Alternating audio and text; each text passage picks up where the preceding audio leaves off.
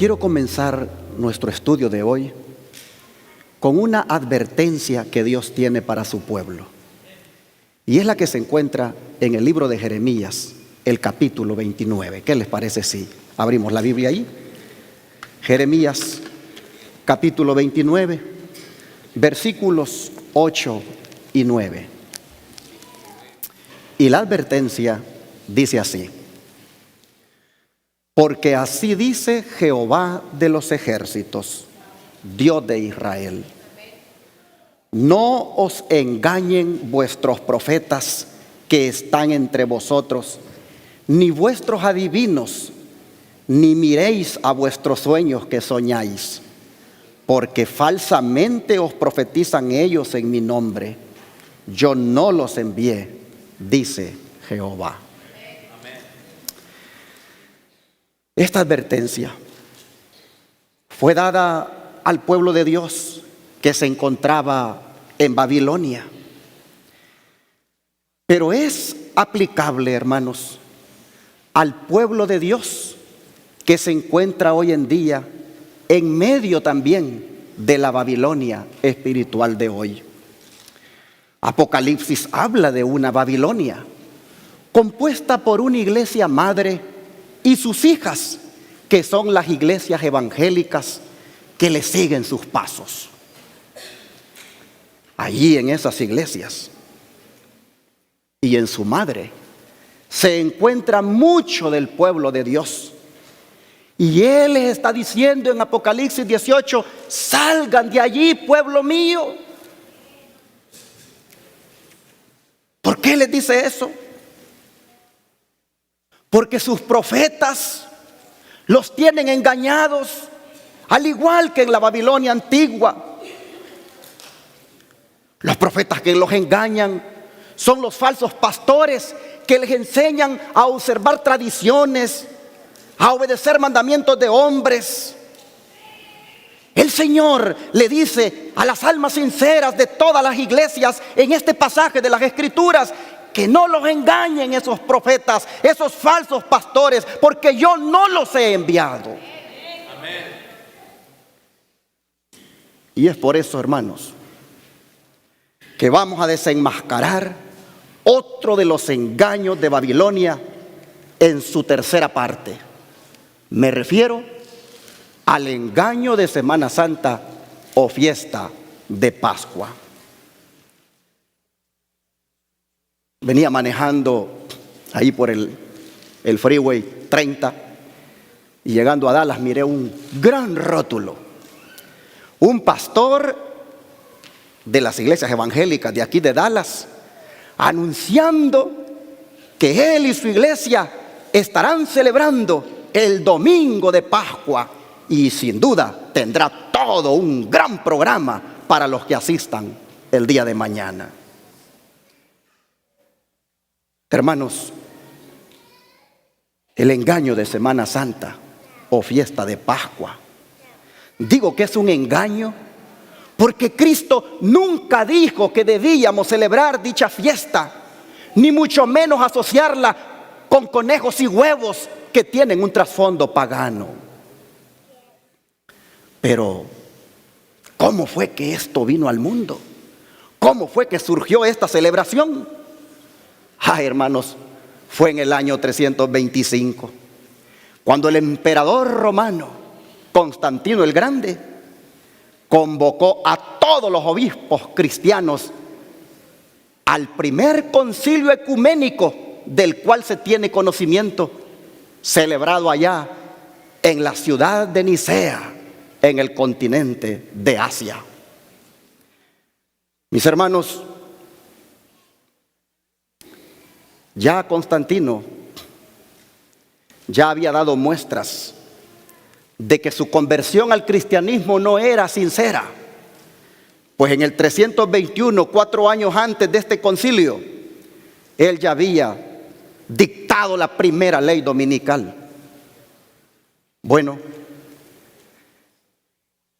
aprovechando él ahora que las iglesias cristianas estaban divididas en cuanto a cuándo celebrar la Pascua, Y en cuanto a la divinidad de Cristo, Él, queriendo unidad en su imperio, le dio por convocar a todos los obispos cristianos para que se unieran en un solo punto en cuanto a esas cuestiones.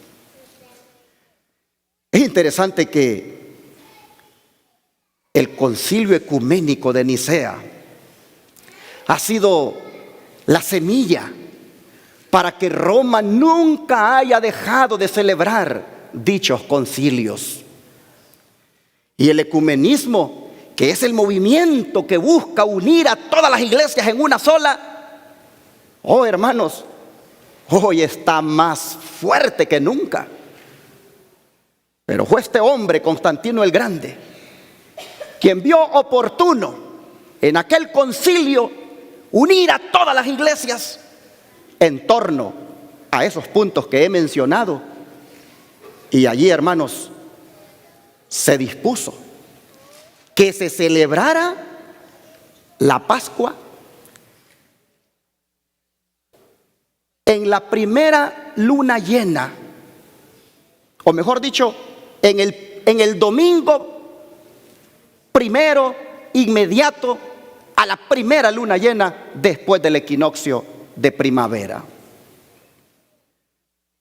Algunos jóvenes tal vez no entienden qué es esto de equinoccio, pero el equinoccio, hermanos, es a la época del año cuando el día y la noche tienen la misma duración. Hay 2 equinoccios en el año, uno en primavera y otro en el otoño. Pero vino Constantino y dispuso de que el día de Pascua se celebrara el primer domingo después de la luna llena próxima al equinoccio de primavera. ¿Qué quería él lograr con aquello? Bueno, sin duda que el paganismo y el cristianismo se dieran la mano.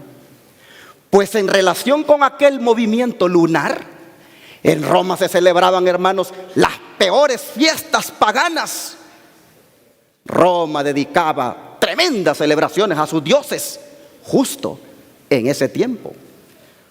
Una de ellas era la dedicada a la diosa Anna Perenna, que se decía que había muerto ahogada en el río Numicos, pero que había resucitado, convirtiéndose en un ninfa oculto en las corrientes perennes del río.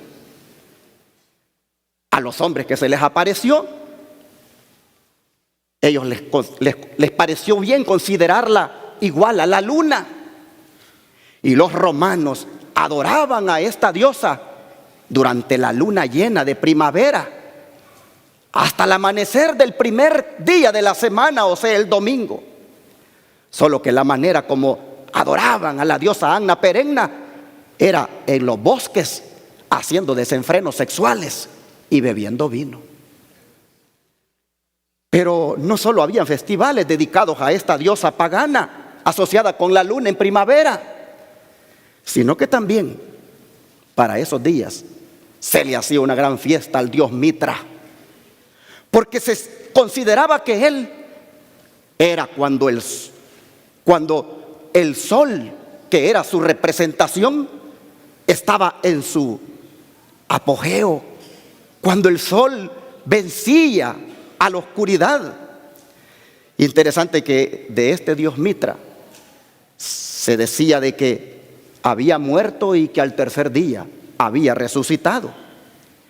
De manera que Constantino, cuando consiguió que la Pascua siempre cayera en domingo, él se aseguró que su Dios principal siempre fuera adorado en su día.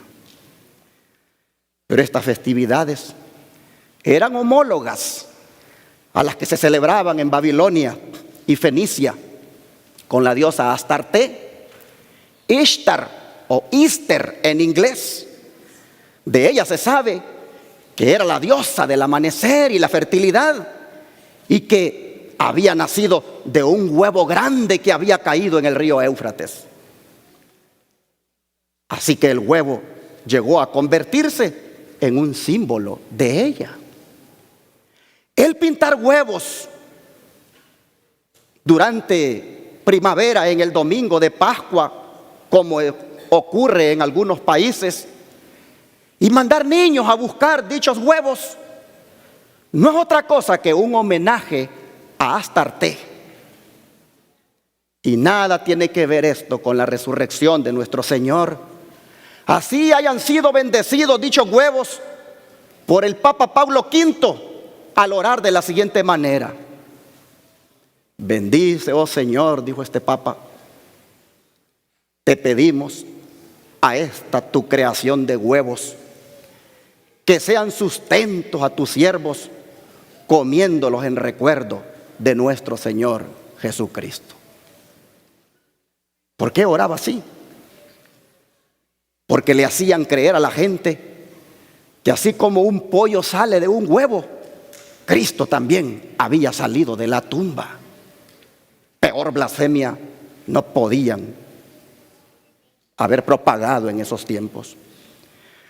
Pero mientras los niños juegan con la mentira de que los huevos de Pascua les son traídos por un conejo, se les esconde la verdad de que dicho animal también es un símbolo de la fertilidad y el sexo, pues se reproducen rápidamente y ha sido asociado con la diosa Astarte o Íster en otras culturas como los celtas. Bueno, hasta revistas hoy en día relacionadas con el sexo ocupan dicho animal como símbolo. Pero la diosa Astarte a menudo también ha sido representada en el paganismo con una cola de pescado, pues era también conocida en otras culturas paganas como la diosa pez, para denotar su fertilidad, pues el pescado también tiene esa cualidad. Sin embargo, en culturas como la germánica, esta diosa Ishtar, Astarte o Íster era conocida con el nombre de Freya. De ahí viene el nombre del día de la semana conocido como Friday en inglés. Y los romanos le rendían culto a Freya en el equinoccio de primavera los viernes, comiendo pescado en su honor. Es por eso la costumbre hoy de comer tortas de pescado en el mal llamado Viernes Santo. Pues todo esto, hermanos, fue adoptado por el sistema apóstata llamado Babilonia durante aquel dominio del Imperio Romano, pero nada tiene que ver con el día de la muerte y crucifixión de Jesucristo. Pero junto con la semana menos santa del año, se fraguó también el engaño de la Cuaresma, la cual tiene connotaciones paganas también. Díganme ustedes, ¿qué relación tiene con la muerte y resurrección de Cristo que 40 días antes de la mal llamada Semana Santa, la Babilonia espiritual de hoy le marque una cruz de ceniza a sus feligreses? ¿Qué relación tiene eso con la muerte y crucifixión de nuestro Señor? ¿No tiene más bien eso una relación directa con el dios babilónico Tamuz? Claro que sí. La mitología babilónica sostiene que Tamuz murió a los 40 años, embestido por un cerdo salvaje. Su pueblo, conmocionado, no lo podía creer, pues era el mismo Dios Sol encarnado. Así que por su muerte, los babilónicos decretaron 40 días de duelo, conocido como Cuaresma, un día por cada año que vivió. ¿Por qué? Porque se creía que por haber él fallecido, el sol ahora ya no daba su calor y todo era un frío invernal. ¿Pero qué creen? La leyenda dice que Semirame y su madre, ahora llamada Ishtar, Astarte o Íster, bajó al infierno para rescatar a Tamuz y lo logró, pero con la condición de que cada año volviera al inframundo.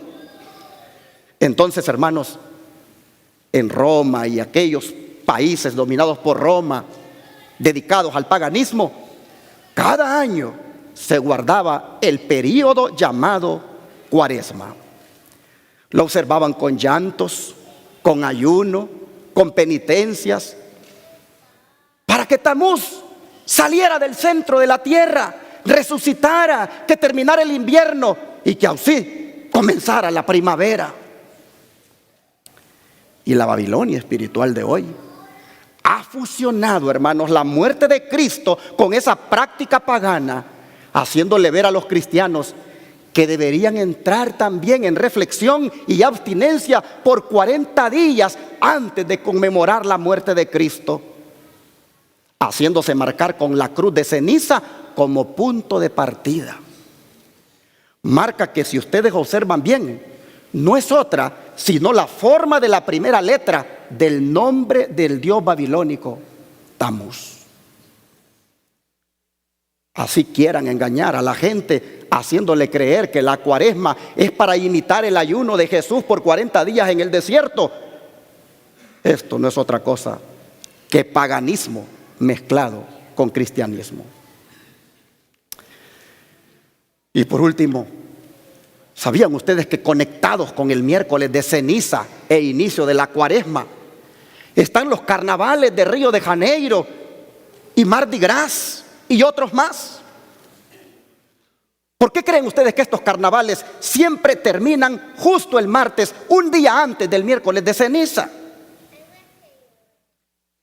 Porque en Roma, hermanos, también se hacían carnavales dedicados a sus dioses, como uno llamado Baco, por ejemplo. Allí los romanos se entregaban al desenfreno y a la lujuria sexual en ese carnaval, para luego al siguiente día, miércoles, dar inicio a la Cuaresma, entrando en ayuno, a la reflexión, a la abstinencia del alcohol y hasta dejar de comer carne. Todo para que el dios Tamuz o su equivalente Saturno saliera de la tumba. Pero cuando llegaba el domingo de Pascua, los romanos se volvían a desenfrenar de alegres, porque su Dios, conectado con el sol, había resucitado. Ocurría en Babilonia y ocurría también en Roma y en todos los países paganos. Pero no es justamente, hermanos, no es justamente lo mismo que está haciendo el mundo hoy. En el mal llamado domingo de Pascua o de gloria, después de haber estado compungidos por 40 días y sentido lástima por el Señor Jesucristo, ¿qué hace la gente el día de mañana? Se va a las playas a mostrar su desnudez, a celebrar con alcohol y algunos hasta haciendo desenfrenos sexuales. Y aunque los sacerdotes de Babilonia le hagan un llamado a sus feligreses a no hacer esas cosas, ellos mismos son culpables al inducirlos a observar esta fiesta pagana. Concluimos entonces que Vía Crucis, procesiones, huevos de Pascua y domingos de resurrección, como la mayoría del mundo cristiano celebra hoy, no son otra cosa que otro engaño de Babilonia. Pero así como hay un engaño, hermanos, en cuanto a la Pascua, hay una verdad acerca de ella, y es la que se encuentra en el libro de Éxodo capítulo 12. Vamos para allá. Éxodo capítulo 12, versículos 1 al 11.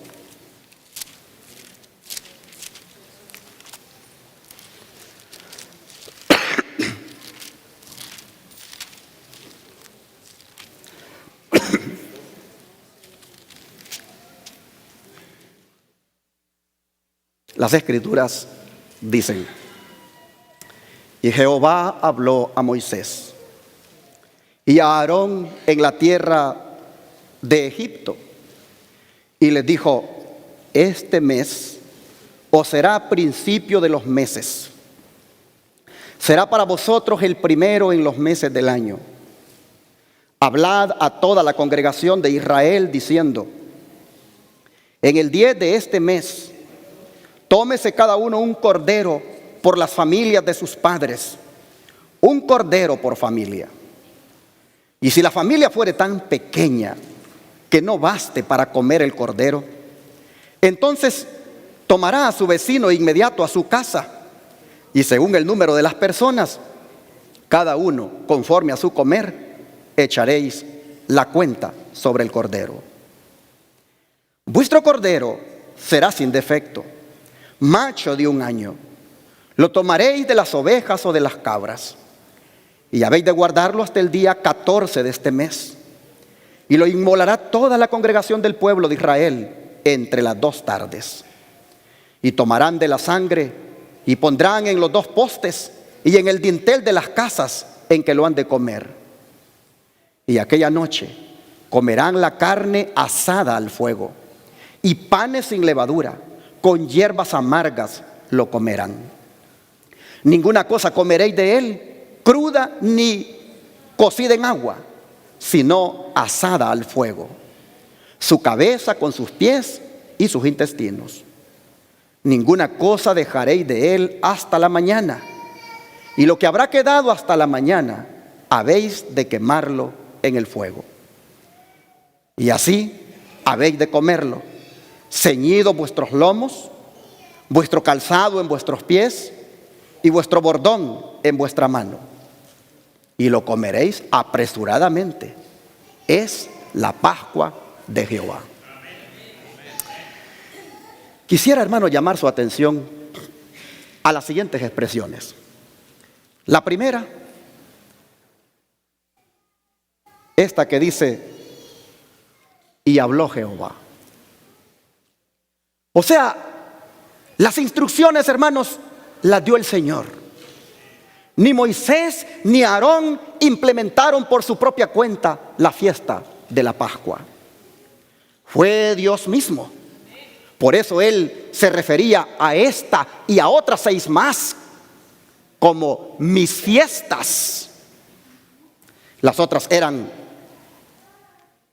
la fiesta de los panes sin levadura, la de las primicias, la del Pentecostés, la de las trompetas, la de la expiación y la de los tabernáculos.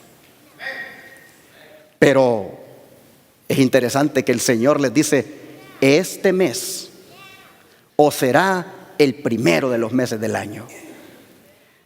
Hasta ese momento ellos habían comenzado el año entre finales de septiembre y principios de octubre, es decir, en el otoño. Pero ahora debían comenzarlo entre finales de marzo o principios de abril, o sea, en primavera. Pero hermanos, qué bonita manera de comenzar el año. Qué bonita manera de comenzar un nuevo periodo de vida, relacionándose con Dios por medio de esta fiesta, siguiendo las instrucciones. ¿Y por qué había que seguir aquellas instrucciones? Porque, hermanos, estaba a punto de ejecutarse el último juicio para el pueblo egipcio. Y solamente los que siguieran las indicaciones del Señor se salvarían de aquel juicio. ¿De qué juicio estamos hablando? Del que dice el verso 12. Miren ustedes, siempre en Éxodo capítulo 12, ahora el verso 12. Yo pasaré aquella noche por la tierra de Egipto y heriré a todo primogénito en la tierra de Egipto, así en los hombres como en las bestias, y haré juicios en todos los dioses de Egipto, yo Jehová. Amén. Interesante. El juicio consistía en que Dios le daría muerte a todos los primogénitos, así de hombres como animales.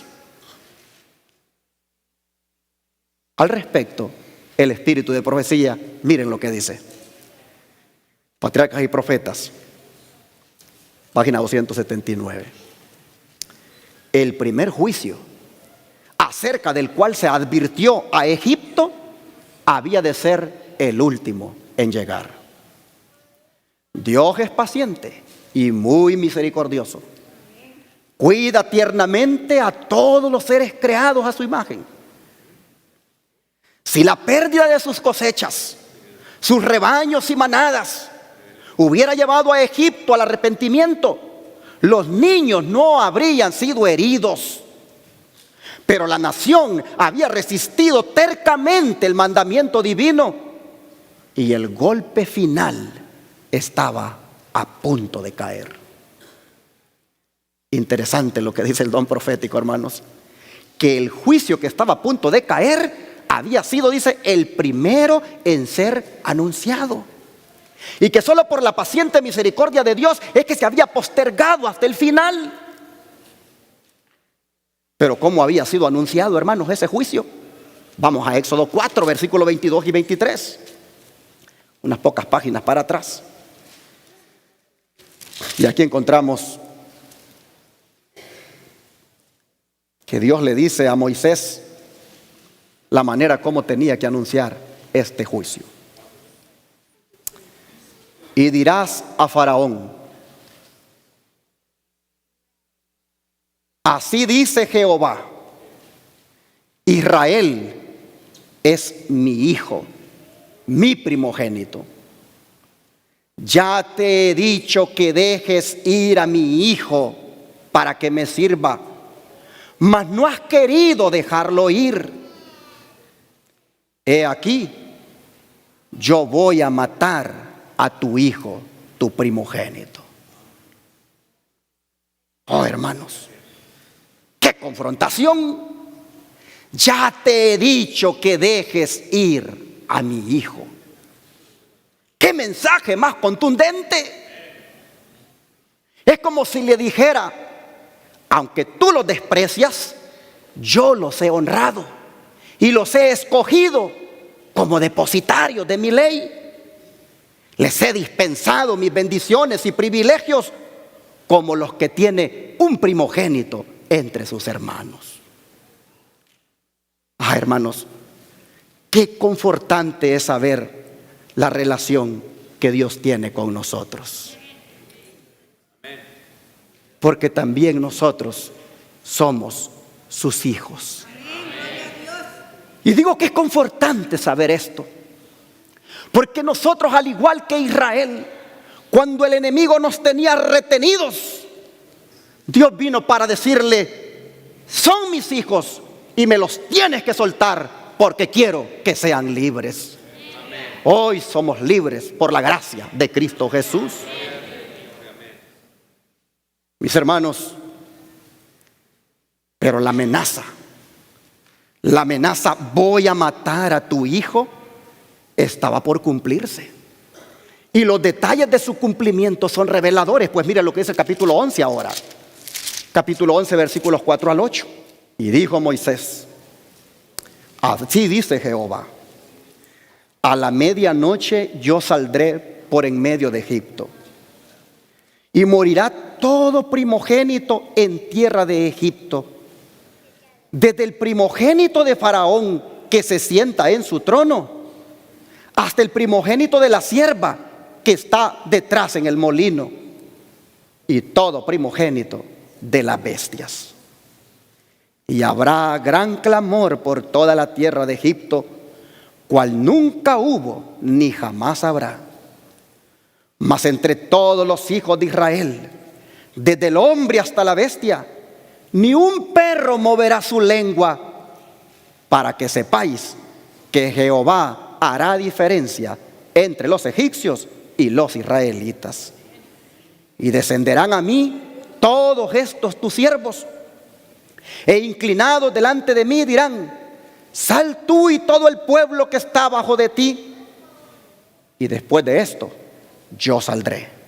Y salió muy enojado de delante de Faraón. Hermanos, la plaga sería extensa,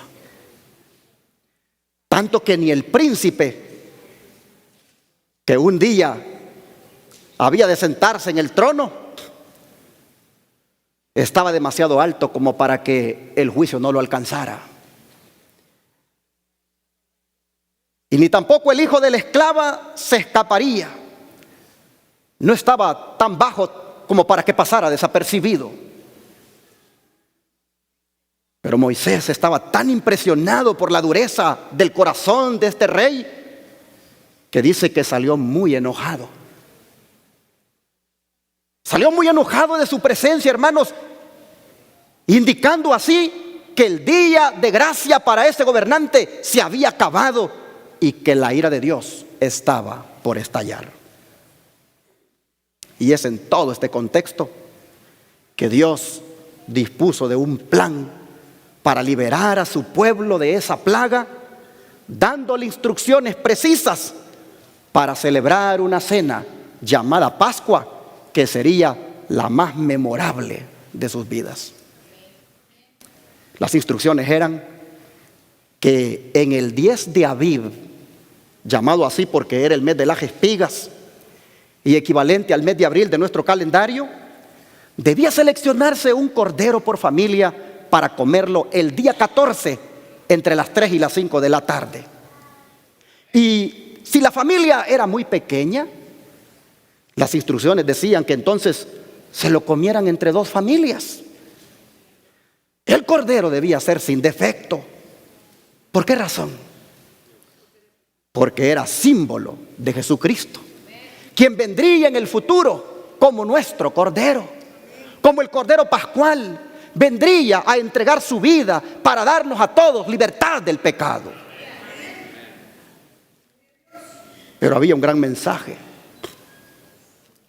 Habría un gran mensaje en la muerte de aquel cordero, y que por instrucción del Señor, la sangre derramada de él debía colocarse en los dinteles de las puertas. ¿Cuál era el mensaje que estaba involucrado allí? El don profético nos lo dice. Siempre en Patriarcas y Profetas dice: la Pascua había de ser tanto conmemorativa como ¿qué? Como simbólica.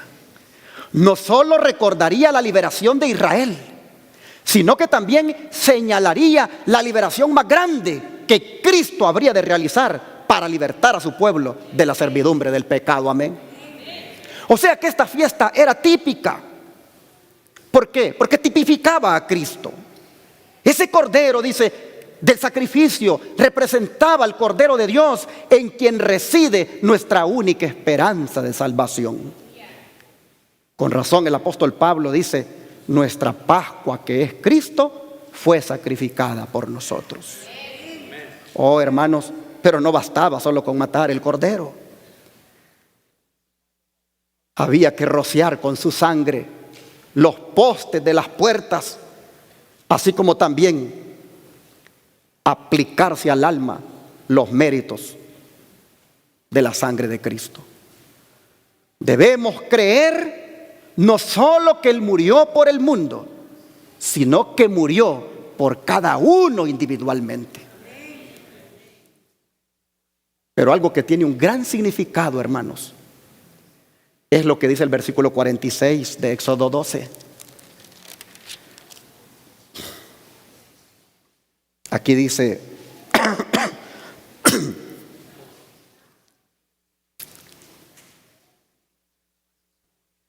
en una casa se comerá, y no llevarás estoy 12:46. En una casa se comerá, y no llevarás de aquella carne fuera de la casa, ni quebraréis hueso suyo. ¿Qué significado tenía esto? Que se comiera, pero sin quebrarle ni un hueso. Bueno, el apóstol Juan, inspirado por el Espíritu Santo, nos dice el significado que tenía. Vamos al capítulo 19 de Juan y el verso 36. Juan 19, versículo 36.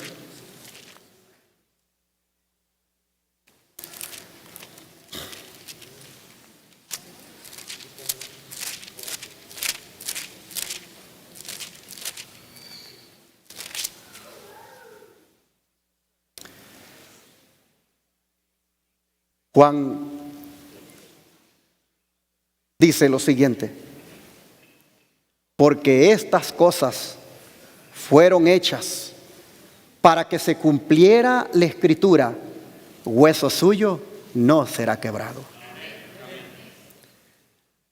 Y el relato está hablando del momento cuando los soldados romanos le quebraron los pies, las piernas a los que estaban crucificados a la par de Cristo, mientras que a él no le quebraron ningún hueso porque había muerto y solo le traspasaron su costado.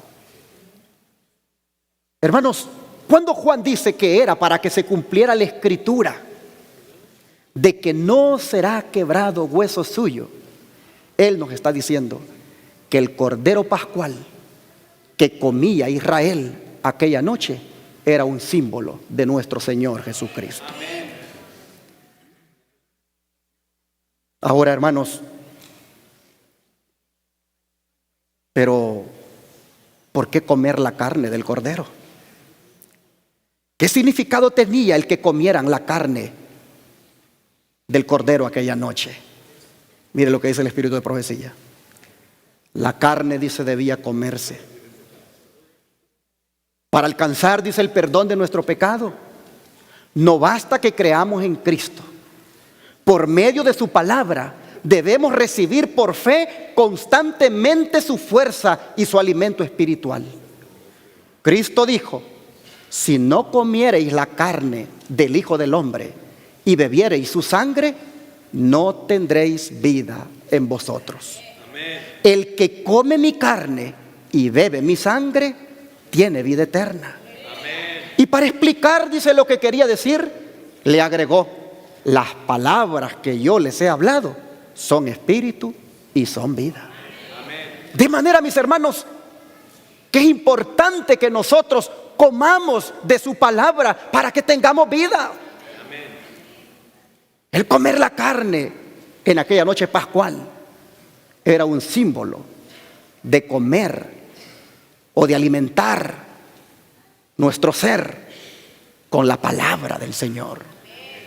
Sigue diciendo el don profético: los seguidores de Cristo deben participar de su experiencia, deben recibir y asimilar la palabra de Dios para que se convierta en el poder que impulse su vida y sus acciones. Mediante el poder de Cristo deben ser transformados a su imagen y deben reflejar los atributos divinos. Deben comer la carne y beber la sangre del Hijo de Dios, o no habrá vida en ellos. El espíritu y la obra de Cristo deben convertirse en el espíritu y la obra de sus discípulos. Tremendo, hermanos. Si no comemos nosotros de la palabra del Señor, no hay vida en nosotros. Estamos muertos. Somos cadáveres andando cuando no estudiamos la palabra del Señor. Por eso es urgente que hoy nos volvamos a la Biblia, que hoy nos volvamos a la palabra de Dios y nos reavivemos en Jesucristo con su palabra. Los que estudian su palabra tienen vida, dijo Cristo. Comer su carne no es otra cosa que estudiar su palabra. Sin embargo, hermanos, llama la atención de que en aquella cena de Pascua, las instrucciones de Dios era que se comieran con hierbas amargas. Y eso también tenía una gran significación. Pues miren, el cordero, dice la sierva del Señor, Elena White, había de comerse con hierbas amargas. ¿Por qué?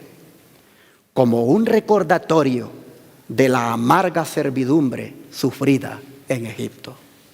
Asimismo, dice la sierva del Señor, cuando nos alimentamos de Cristo, debemos hacerlo con corazón contrito por causa de nuestros pecados. Es decir, hermanos, no podemos leer la Biblia sin nosotros orar y pedir perdón a Dios por nuestras inmundicias, por nuestro pecado, por lo malo que hemos sido. Oh, hermanos, antes de abrir la Biblia, debemos admitir nuestra condición de pecado. No es que vamos a ir a lo loco todos los días. Tengo que leer la Biblia porque dicen que hay que leerla. Desde la mañana voy a leerla. No, mi hermano, arrodíllate primero. Busca al Señor de corazón. Pídele perdón. Recuerda que realmente le has fallado. Y entonces dile: ahora, Padre, esta palabra que sea un alimento para mi vida. Que realmente yo pueda agarrar nuevas fuerzas. Porque aquella carne del cordero, las hierbas amargas, implicaban eso. Recordar la servidumbre que habían tenido en Egipto. Hermanos, pero el Señor dijo en las instrucciones: y coman junto con esas hierbas amargas pan sin levadura. Y esto, hermanos, también era muy significativo. Pues vean, el uso del pan sin levadura también era muy significativo. Lo ordenaba expresamente la ley de la Pascua. Y tan estrictamente la observaban los judíos en su práctica, que no debía haber ninguna levadura en sus casas mientras durara la fiesta. Asimismo, deben apartar de sí la levadura del pecado todos los que reciben la vida y el alimento de Cristo. Pablo escribe a la iglesia de Corinto: limpiad pues la vieja levadura para que seáis nueva masa. Pero ¿por qué no leemos mejor el texto completo donde Pablo dijo esas palabras? Vamos al 1 Corintios 5, del 6 al 8. 1 de Corintios, capítulo 5, versículos 6 al 8.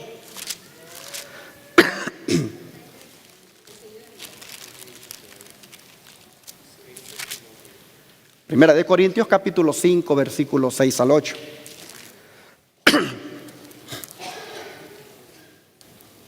Dice el apóstol: no es buena vuestra jactancia. ¿No sabéis que un poco de levadura leuda toda la masa? Limpiaos pues de la vieja levadura, para que seáis nueva masa, como sois, sin levadura, porque Cristo nuestra Pascua ya fue sacrificado por nosotros. Así que celebremos la fiesta, no con la vieja levadura, ni con la levadura de malicia y de maldad, sino con panes sin levadura, de sinceridad y de verdad. Hermanos, Pablo habla aquí de dos tipos de levadura: la levadura de malicia y la levadura de maldad. La malicia tiene que ver con los malos sentimientos originados por las divisiones en la iglesia. Esa división de grupos separados, antagónicos entre sí, luchando por la supremacía. Y esto lo digo por el contexto que del capítulo 1 Pablo viene tratando estos problemas allí en esa iglesia de Corinto. Pero se habla también de la levadura de maldad. Esta, hermanos, se refería a la inmoralidad que prácticamente había reprobado a los corintios. Y Pablo es más explícito en cuanto a esta levadura en los versículos 9 al 13. Miren ustedes. Dice: os he escrito por carta que no os asociéis con los fornicarios, mas no del todo con los fornicarios de este mundo, o con los avaros, o con los ladrones, o con los idólatras, pues entonces os sería necesario salir del mundo. Mas ahora os he escrito que no os asociéis con ninguno que, llamándose hermano, sea fornicario, o avaro, o idólatra, o maldiciente, o borracho, o ladrón. Con el tal ni aún comáis. Porque ¿qué me va a mí en juzgar a los que están fuera? No juzgáis vosotros a los que están dentro, porque a los que están fuera Dios juzgará. Quitad pues a ese perverso de entre vosotros. ¿Por qué había de quitar a aquel perverso dentro de la iglesia? Hermanos, para que la iglesia se conservara pura. Porque en la iglesia, hermanos, en la iglesia el Señor espera que nosotros seamos nueva masa, sin levadura. que es símbolo del pecado. La levadura está oculta. Nosotros vemos el pan grande, pero hay una levadura oculta que lo ha engrandecido. Y la levadura del pecado, escondida en nosotros, oh hermanos, Dios no la tolera. Por eso Pablo dice, sean nueva masa. Al decir Pablo que seamos nueva masa, quiere decir, sean puros, sean libres de corrupción moral, abandonen la vieja manera de vivir con los sentimientos corruptos y pasiones que le gobiernan. Así que hermanos, que yo creo ahora es pertinente que todos aquí hagamos para nosotros una pregunta introspectiva. Es decir, preguntémonos, ¿hay levadura en mí? Y sin duda vamos a encontrar que sí hay. ¿Deberíamos quitar esa levadura de nuestra vida? Por supuesto. Deberíamos hoy, hermanos, hacer un examen. ¿Cómo andamos nosotros con la levadura de los malos pensamientos? Deberíamos hoy preguntarnos cómo andamos con la levadura de nuestros entretenimientos, como el cine, la música y todas esas cosas del mundo que nos están apartando del Señor. Deberíamos preguntarnos cómo andamos hoy con esa levadura.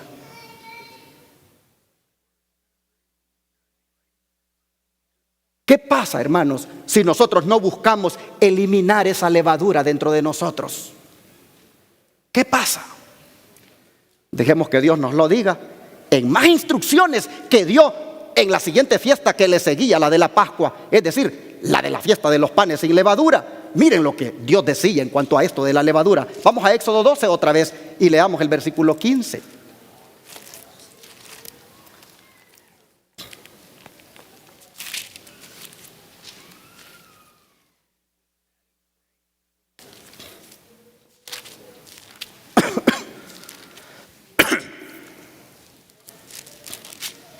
Las Escrituras nos dicen de la siguiente manera, versículo 15.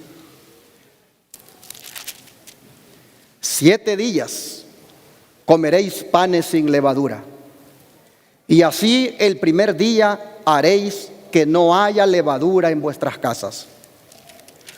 Porque cualquiera que comiere leudado desde el primer día hasta el séptimo, aquella alma será cortada de Israel. Ahora mire lo que dice el versículo 17 hasta el 20. Y guardaréis la fiesta de los panes sin levadura, porque en este mismo día saqué vuestros ejércitos de la tierra de Egipto. Por tanto, guardaréis este día en vuestras generaciones por costumbre perpetua. En el mes primero, el día 14 del mes por la tarde, comeréis los panes sin levadura hasta el 21 del mes por la tarde. Por 7 días no se hallará levadura en vuestras casas, porque cualquiera que comiere leudado, así extranjero como natural del país, aquella alma será cortada de la congregación de Israel. Ninguna cosa leudada comeréis en todas vuestras habitaciones. Comeréis panes sin levadura. Por eso nosotros, cada vez que nos reunamos para conmemorar la cena del Señor, así como lo vamos a hacer esta tarde, algo que es distinto a la Pascua, porque no comemos cordero ni hierbas amargas. Pero nosotros cada vez, hermanos, que se da una oportunidad para celebrar la cena del Señor, nosotros deberíamos, en ese lavamiento de los pies que hacemos, asegurarnos, hermanos, de que toda la levadura de impiedad que pueda haber en nosotros sea limpiada. Hay muchos que son desagradecidos con Dios, porque el día de la cena del Señor, habiéndose anunciado con tiempo, les agarra o de irse de paseo, o les agarra de no venir a la iglesia por cosas que tienen en sus adentros, cuando el Señor les está dando la oportunidad para que allí la levadura del pecado con la que han andado les sea quitada por la sangre de Jesucristo. Y como en el lavamiento de los pies, allí nosotros, hermanos, simbólicamente nos limpiamos de esa levadura con la que hemos andado. deberíamos asegurarnos que en la celebración de esta tarde, la cena del Señor, en el lavamiento de los pies, Jesús nos limpie de toda la levadura con la cual pudiéramos haber andado. Que sea quitada la levadura de nuestra vida. Pero hermanos, volviendo o retomando esto de la Pascua que Dios ordenó, es interesante cómo los israelitas tenían que ejercer fe. Es decir, tenían que creerle a Dios en lo que les estaba diciendo. Es interesante cómo ellos tenían que confiar en Dios, en lo que les decía. Miren lo que ha sido revelado al respecto.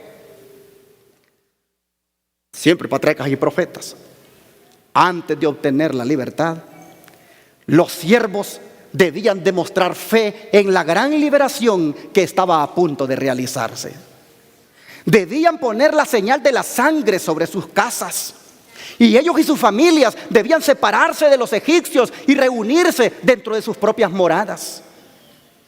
Si los israelitas hubieran menospreciado en lo más mínimo las instrucciones que se les dieron, si no hubieran separado a sus hijos de los egipcios, si hubieran dado muerte al cordero, pero no hubieran rociado los postes con la sangre, o hubieran salido algunos afuera de sus casas, no habrían estado seguros. Podrían haber creído honradamente que habían hecho todo lo necesario, pero su sinceridad no los habría salvado.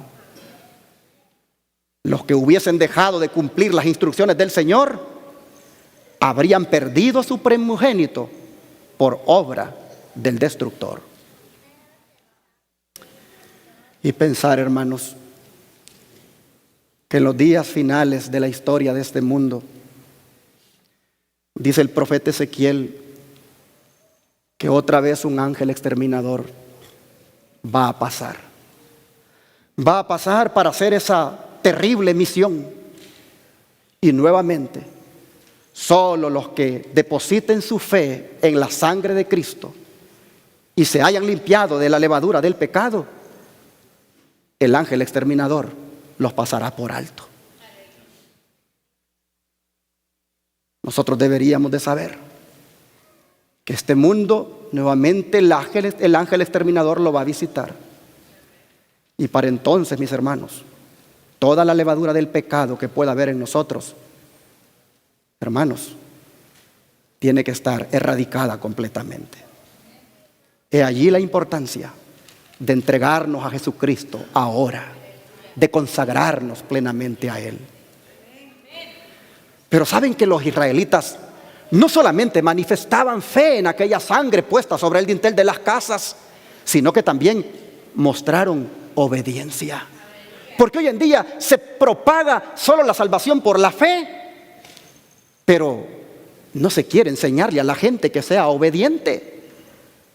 Y la gente, porque dice que tiene fe en Cristo y que salva por la fe, pues allí va la gente siendo desobediente y engañada se le hace creer que así va a ser salvada. Hermanos, nosotros encontramos aquí en la fiesta de la Pascua que Dios ordenó que había que tener fe en la sangre, pero había que ser obediente al comer la cena tal como Dios la ordenó y colocar la sangre en los dinteles de la casa. Mire lo que ha sido revelado al respecto. Mediante su obediencia, el pueblo debía evidenciar su fe. ¿Cómo se evidencia que tenemos fe? Cuando somos obedientes. Asimismo dice, todo aquel que espera ser salvo por los méritos de la sangre de Cristo debe comprender que él mismo tiene algo que hacer para asegurar su salvación. Solo Cristo puede redimirnos de la pena de la transgresión, pero nosotros debemos volvernos del pecado a la obediencia. El hombre ha de salvarse por la fe, no por las obras. Sin embargo, su fe debe manifestarse por medio de sus obras. Dios dio a su Hijo para que muriera en propiciación por el pecado. Ha manifestado la luz de la verdad, el camino de la vida. Ha dado facilidades, ordenanzas y privilegios. Y el hombre debe cooperar con estos agentes de la salvación. ha de apreciar y usar la ayuda que Dios ha provisto, debe creer y obedecer todos los requerimientos divinos. Ahora, hermanos, ¿cómo se imaginan ustedes que la pasaron aquella noche los israelitas en sus casas mientras el ángel exterminador iba pasando? Hermanos, las puertas estaban marcadas con la sangre.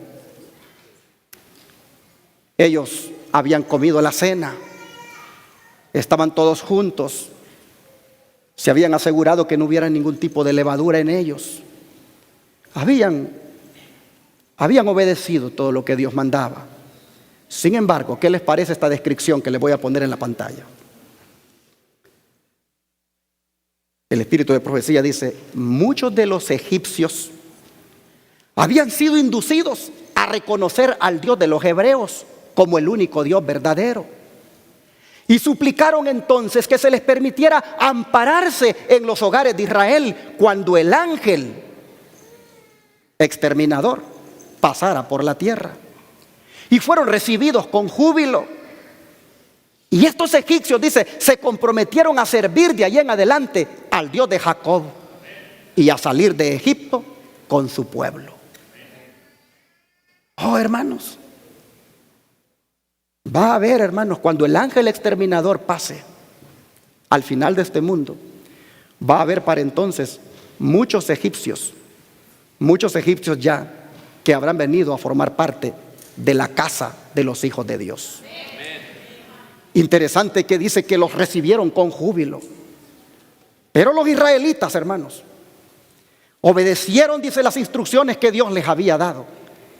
Y rápida, dice, y secretamente hicieron los preparativos para su partida. Las familias estaban reunidas, el cordero pascual muerto, la carne asada, el pan sin levadura y las hierbas amargas preparados. El padre y sacerdote de la casa roció con sangre los postes de la puerta y se unió con su familia dentro de la casa.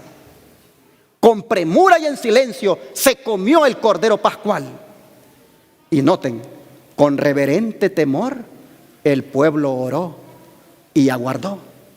El corazón de todo primogénito, desde el hombre más fuerte hasta el niño, ¿cómo estaba el corazón? Temblando y con indescriptible miedo. Los padres y las madres estrechaban en sus brazos a sus queridos primogénitos al pensar en el espantoso golpe que había de caer aquella noche. Pero gloria a Dios por lo que voy a leer a continuación. A ningún hogar de Israel llegó el ángel exterminador. La señal de la sangre, garantía de la protección del Salvador, estaba sobre sus puertas y el exterminador no entró. Amén, hermanos. ¿Por qué no entró? Porque Dios le había ordenado a ese ángel que los pasara por alto. De ahí viene la palabra hebrea Pesaj, que en nuestro idioma es Pascua, que significa pasar por alto. Oh, hermanos, el ángel exterminador los pasó por alto porque habían obedecido, habían quitado la levadura, habían seguido las instrucciones del Señor. No había en ellos ninguna relación con el pecado y por lo tanto el ángel exterminador miró la fe y la obediencia y los pasó por alto. Y así, hermanos, esta es la verdad acerca de la Pascua versus el engaño de la Semana Santa. ¿Deberían, hermanos, las iglesias hoy en día andar en estas fiestas paganas? No, a menos que sean hijas de la Babilonia. Y muchas, tristemente, han sido embaucadas en este engaño. Y perdónenme lo que voy a decir los adventistas, hasta adventistas del séptimo día han caído en este engaño. Mire lo que la sierva del Señor amonesta en cuanto a esto. Los cristianos, dice, le dan mucha importancia a la Cuaresma y a la Pascua y a la decoración de la iglesia. Es el viejo truco de Satanás. La iglesia judía chocó contra esa roca. La iglesia romana naufragó en lo mismo. Y los protestantes están alcanzando rápidamente el mismo destino.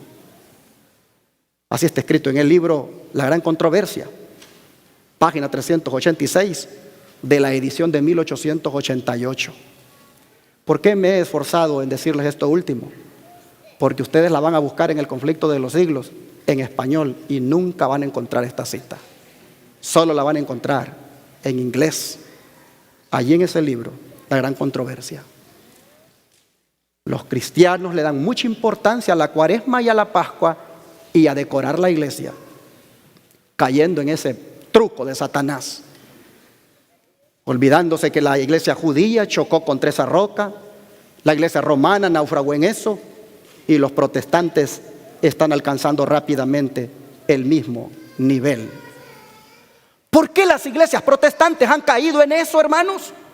Porque ellas andan en los pasos del ecumenismo, en ese movimiento promovido por el papado para unir a las iglesias de nuevo. Oh, hermanos, por eso ninguna iglesia del Israel moderno debería andar tras esos malos pasos, aprovechando estas fechas para hacer dramas, presentando películas o campañas evangelísticas, dizque para ganar almas. Eso solo lo hacen las iglesias ecuménicas, aliadas al engaño promovido por Constantino desde aquel primer concilio ecuménico de Nicea. Iglesias adventistas que andan celebrando campañas evangelísticas para esta época, que andan poniéndole películas a sus feligreses e invitando a la gente para que venga a ver la pasión. Iglesias adventistas que andan haciendo celebraciones para supuestamente atraer a la gente. Oh, hermanos, no están haciendo sino solamente siguiéndole los pasos a Roma, cayendo en ese ecumenismo. ¿Saben que Constantino cuando dispuso con aquellos obispos que la fiesta cayera siempre en domingo, la fiesta de Pascua, y que cayera en estos días cuando la luna está llena? Constantino, hermanos, lo que él buscaba era que toda la iglesia cristiana estuviera unida por medio de esta fiesta. Pero la verdadera iglesia remanente jamás se unirá a estas celebraciones. La verdadera iglesia remanente no va a permitir que entren esos disfraces para engañar a los fieles. Miren esta amonestación. Cristo, dice la sierva del Señor, Ellen White, demanda unidad, pero no nos demanda que nos unamos en prácticas erróneas. El Dios del cielo traza un nítido contraste entre las puras, elevadoras y ennoblecedoras verdades y las falsas doctrinas que descarrían. Da al pecado y a la penitencia el nombre adecuado. No recubre el error con una capa de argamasa deleznable. Insto a nuestros hermanos a que se unifiquen en una base verdadera y bíblica. Mensajes Selectos, tomo 1, página 206. Sigue diciendo esta sierva del Señor: tenemos un mensaje decisivo que dar, y se me ha instruido para que diga a nuestro pueblo: uníos, uníos. Pero no debemos unirnos con los que se apartan de la fe, prestando oído a espíritus seductores y a doctrinas de demonios. Con nuestros corazones enternecidos, bondadosos y fieles, tenemos que avanzar para proclamar el mensaje sin prestar atención a los que se desvían de la verdad. Mensajes Selectos, tomo 3, página 471. Creo que muchos de ustedes han recibido un periódico en estos días que se llama El Heraldo del Evangelio Eterno, donde aparece la foto del pastor Beach, director de Libertad Religiosa de la Iglesia Adventista, hace unos años firmando un acuerdo entre varias iglesias acerca de esta celebración que se debería o se está haciendo en este tiempo. Hermanos, gloria a Dios porque Él nos abrió los ojos. Gloria a Dios porque Él nos sacó de las tinieblas a su luz admirable. Oh, hermanos, ahora que conocemos la verdad en cuanto a la Pascua, mantengámonos firmes en Cristo como nuestra Pascua. Ahora que conocemos la verdad en cuanto a la Pascua, renovemos nuestra fe en su preciosa sangre. Miren lo que dice el apóstol Juan en la primera carta, en el capítulo 1, verso 7. Primera de Juan, capítulo 1, verso 7.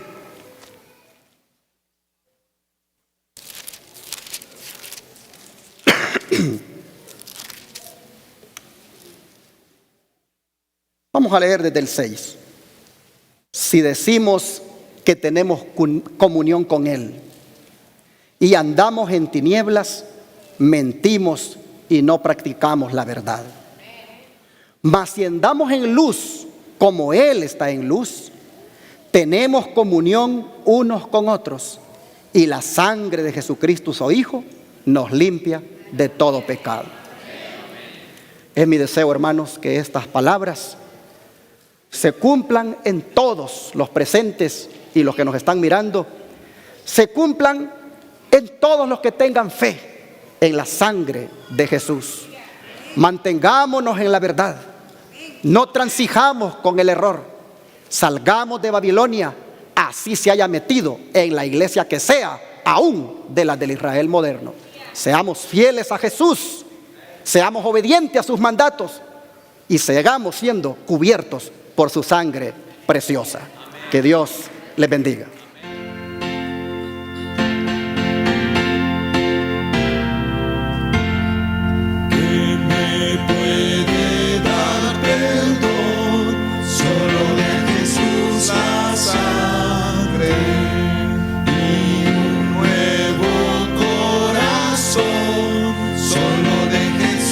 La sangre, precioso es el raudal que limpia todo mal. No hay otro manantial, solo de Jesús la sangre fue rescate eficaz, solo de Jesús la sangre santidad y paz, solo de Jesús la sangre, precioso es el raudal que limpia todo mal. No hay otro manantial, sino de Jesús la sangre.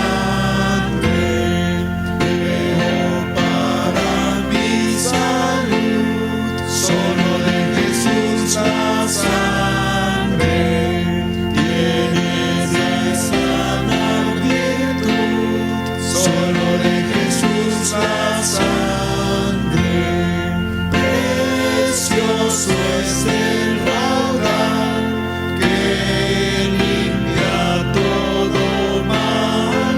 No hay otro manantial, sino de Jesús la sangre.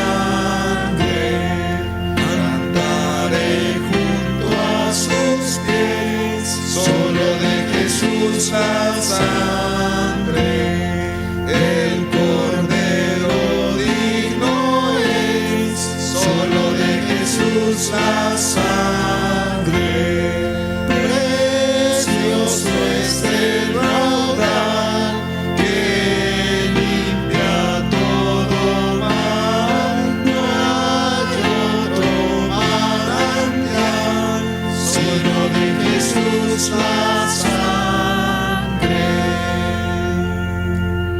¿Cuántos lo creen? Amén. No hay otro manantial para ser limpios, solo en la sangre de Jesús. Esa sangre preciosa nos puede limpiar hoy, hermanos, de toda la levadura que podamos tener. Rindámonos a Cristo y roguémosle porque su sangre nos limpie. Vamos a arrodillarnos para pedírselo en oración. Amado Dios y Padre, mientras el mundo tristemente ni siquiera es compungido por esa sangre derramada y se rinde a ti, sino más bien va tras sus placeres y solamente se engaña una vez al año con estas festividades. Nosotros, Padre, estamos hoy aquí dándote las gracias porque esa sangre preciosa nos alcanzó. Esa sangre preciosa, oh Dios, llegó hasta nosotros para darnos salvación. De manera que ahora, Señor, reconociendo que tú eres nuestro Salvador, reconociendo que tú eres el único que nos da la salvación, hoy te pedimos que si hay todavía, y sin duda que lo hay, levadura en nuestra vida, hoy te pedimos que por esa sangre derramada tú nos limpies y nos purifiques. Padre, no podemos seguir yendo ante tu presencia con la inmundicia de nuestro pecado. Hoy, Señor, confesamos el pecado que hemos cometido. Admitimos, Señor, nuestra culpa y te pedimos que con tu sangre nos limpies y nos laves de toda nuestra maldad. Gracias, Padre, por tu gran sacrificio. Gracias por ser nuestra Pascua, la verdadera, la que por tu gracia hemos entendido que ha hecho propicio nuestra salvación. Gracias, Padre, te lo agradecemos en el nombre de Cristo Jesús. Amén.